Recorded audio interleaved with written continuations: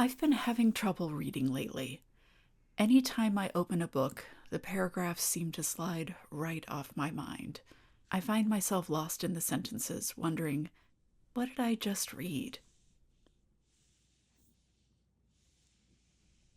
So I'm going to take you on a tour of 6 art books that say a lot to me through their materials, their design, and their illustrations. First up is No Magic in Riso by Liu Yihua, Liu Yuxian, and Vivian Wang, and published by O.oo Design and Risograph Room. It is what it says it is on the cover, a bilingual risograph tool book. I like thinking about what makes a book, and No Magic in Riso is a great demonstration of book as tool. The authors spent 2 years collecting together image separation studies and experiments, demonstrating how the soy and rice-based inks they use look on paper and how those colors behave when layered with other colors. Here's an example from the section on hex codes of Riso colors. Here's teal, here's orange, here's metallic gold.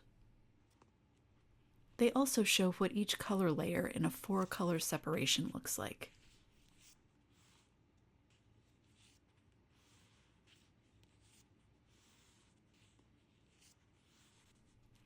I particularly like their willingness to talk about the inaccuracy and uneven performance of the process, and how there really isn't a right way to approach a Riso process. This is just their approach. I haven't worked with risograph printing before, but I'm very interested in trying it someday. This book makes Riso feel playful and enticing, and I like having useful information and inspiration available to me if I ever get the chance to try it out. Now, if you're thinking that was definitely too many words for you, you will love Dans la lune and Au soleil. I couldn't choose which one to show you, so I'm going to pretend they are one book.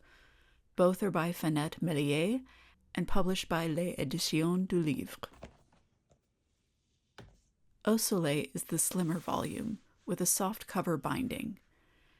Something these books do very well is giving the printing ink a very tactile presence. The softness of the halo-like gradients and the variety of tones created by layering 6 colors of ink give each sun such depth and richness. And of course, I love the perfectly gilded sun on the cover. Dans la lune got me immediately with the holographic moon on the cover, and I love the deep purple ink used on the opposite page of each print. The book goes through the lunar cycle and has a delightful amount of color in several of the moon phases. I really like this one, and this one, and this one. But I was simply blown away by the new moon print, which you can only see when its subtle, soft ink catches the light. Exquisite.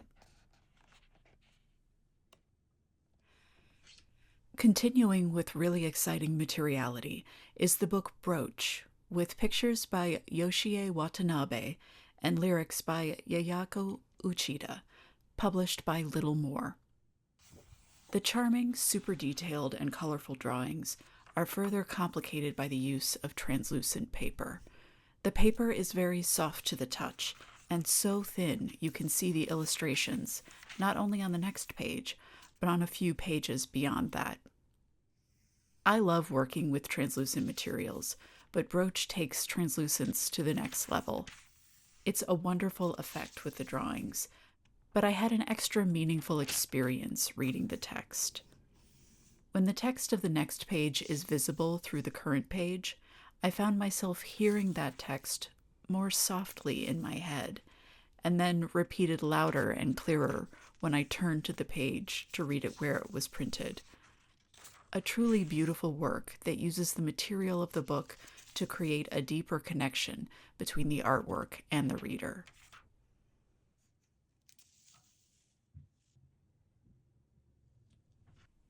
This next book I picked up at a used bookstore, primarily because of the cover.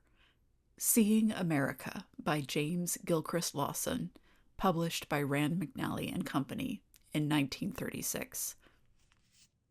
The cover picture of the Grand Canyon has faded, making the color print layers more visible, and the softness of the red and blue is really appealing to me.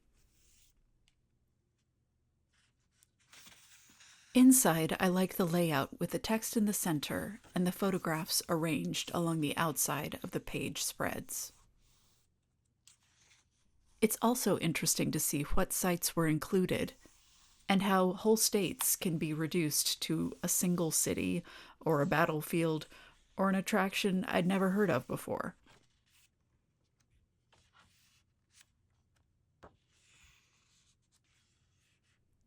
Seeing America reminds me that I get to be as idiosyncratic with what goes into a book I'm making as I want, even when the book is posing as an authoritative guide.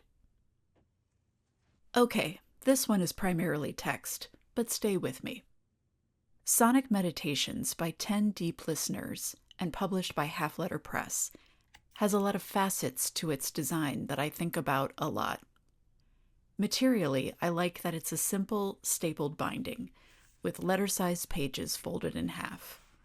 The pages are a soft cream with dark flecks, and the cover is a slightly thicker version of the same colorway. But right in the middle, there is a single pink page that you can see when you look at the top of the book. It makes me excited to get to the middle of the book and see what's going on there.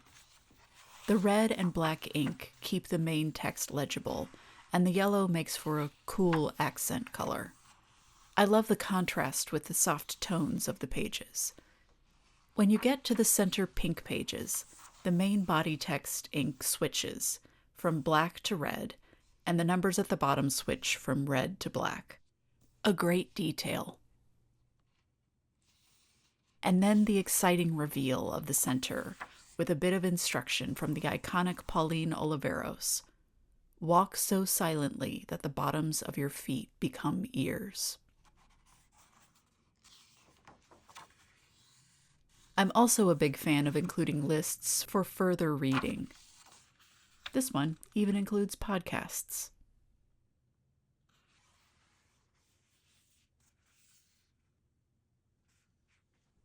My sixth book goes deep on a single typeface. The Diva Who Became an Alphabet is by Anna Franceschini and Joris Kritis, published by Kritis Books. This is a giant type specimen book that goes into the history of the typeface via Fas Don, originally created by Austrian designers Hans Donner and Sylvia Trenker for Mechanorma, a French dry transfer lettering manufacturer. The book begins with black ink on yellow paper, where we learn the typeface was inspired by Isadora Ribeiro, a Brazilian actress and model. Then we get the typeface printed on white and silver ink in non-alphabetical order. At first, that ordering was confusing, but I've come to appreciate the pairing of letters with similar shapes to see how they solve the problem of creating each letter of the alphabet from a woman's face, her cloche hat, and her fur stole.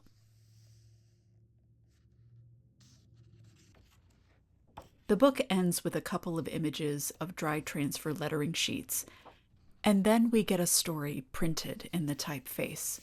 It's an interesting challenge trying to read a block of text in the typeface, and the whole thing is made a bit more maddening by the use of thin, silver-inked outlines on green paper.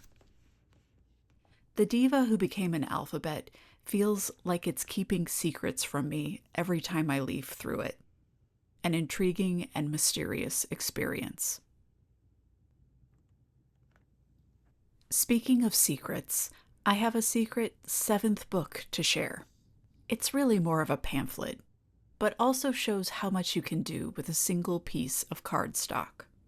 Towards a self-sustaining publishing model sounds like it will be dense and technical, but Mark Fisher of Public Collectors has made these ideas easy to read and return to again and again. I think a big part of the reason I do return to it is because all of the text is right there on one page. Whenever I pick it up and a paragraph catches my eye, I usually end up reading all the way to the end and back around to the beginning. This format doesn't hide anything behind a cover and a lot of pages. It's all right there for you to read. This section caught my attention when I was preparing for this video. Above all, know that publishing is a life journey and not a get-rich-quick scheme, or even a make-very-much-money scheme. Enjoy the experience of meeting and working with others.